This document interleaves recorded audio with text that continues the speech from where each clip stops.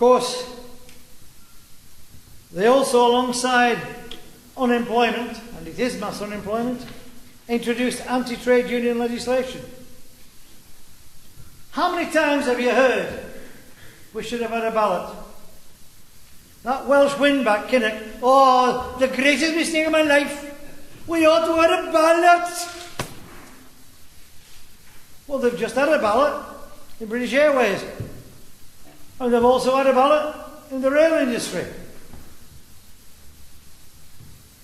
And somebody in a night dressed in a wig has told them they got it wrong and ruled it illegal. So much for the ballots. Do you know how we used to ballot? We used to be able to ballot in the trade union movement in accordance with the law laid down by the United Nations and the International Labour Organization. If you were a worker, you voted. And if you weren't, you didn't. Simple as that. Just like a general election. So they stopped it. And you can now only have a ballot with a postal vote. So the household cat can cast its vote. And nobody knows. And did you know this, that there's a set time? You've got to register the number of members you've got. And then you go for their ballot. And when you've gone for that ballot, if some people leave between the time when you start the ballot and the actual date of voting, they are entitled to a vote. And if someone started work during that period, they're not entitled to a vote. How daft can we get? It wasn't about ballots, it wasn't about that issue. It was about the intention to destroy the mining industry in an attempt to destroy the National Union of Mine Workers. Just as it is today to try and destroy the RMT and the Unite Union in British Airways. They've said as much publicly. They don't want any power whatsoever. They don't want any representation except management, which was in the interests of workers. You know, sometimes I question those people who argue that they've got a social conscience.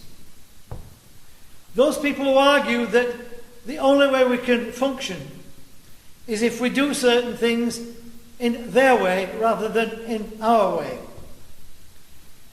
I'll tell you what, I'm in favour of a ballot. Okay? Why is it that they didn't have a ballot here in this area and ask the question of all the miners, are you in favour of closing this pit or keeping it open? Now, if they'd have had that ballot, I can tell you the result. It would have been 98% yes, keep it open.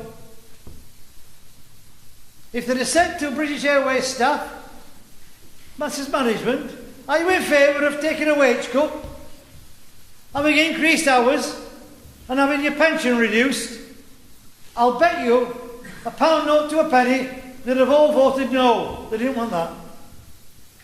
But you never hear anybody argue that the management should ballot about their proposals to sack people or their proposal to close down an industry. Of course, as both Nick and our youth speaker have said, Andrew, this is about the Nice and the Maastricht treaties of the European Union.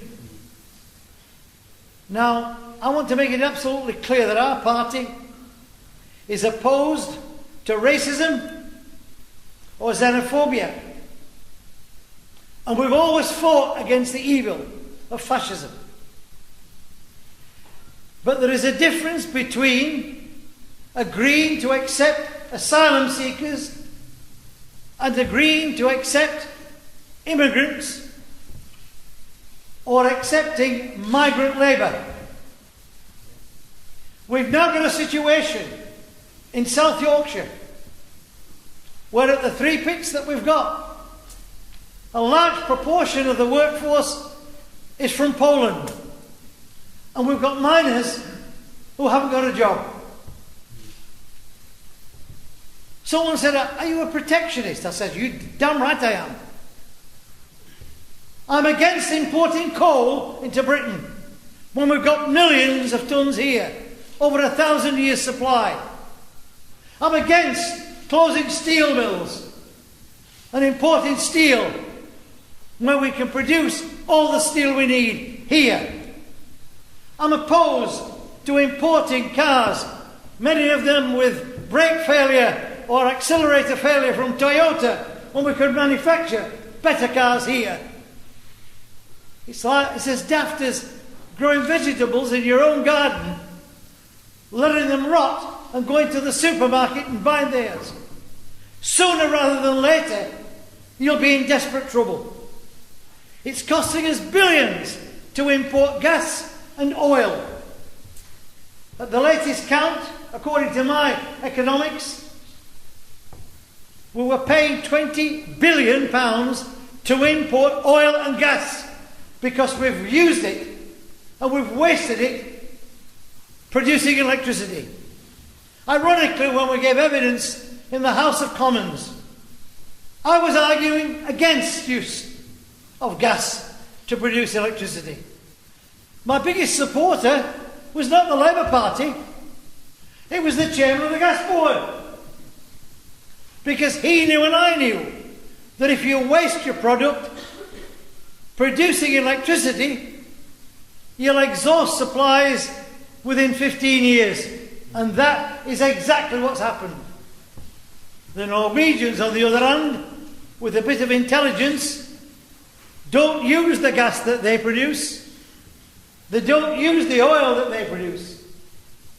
They use hydroelectricity.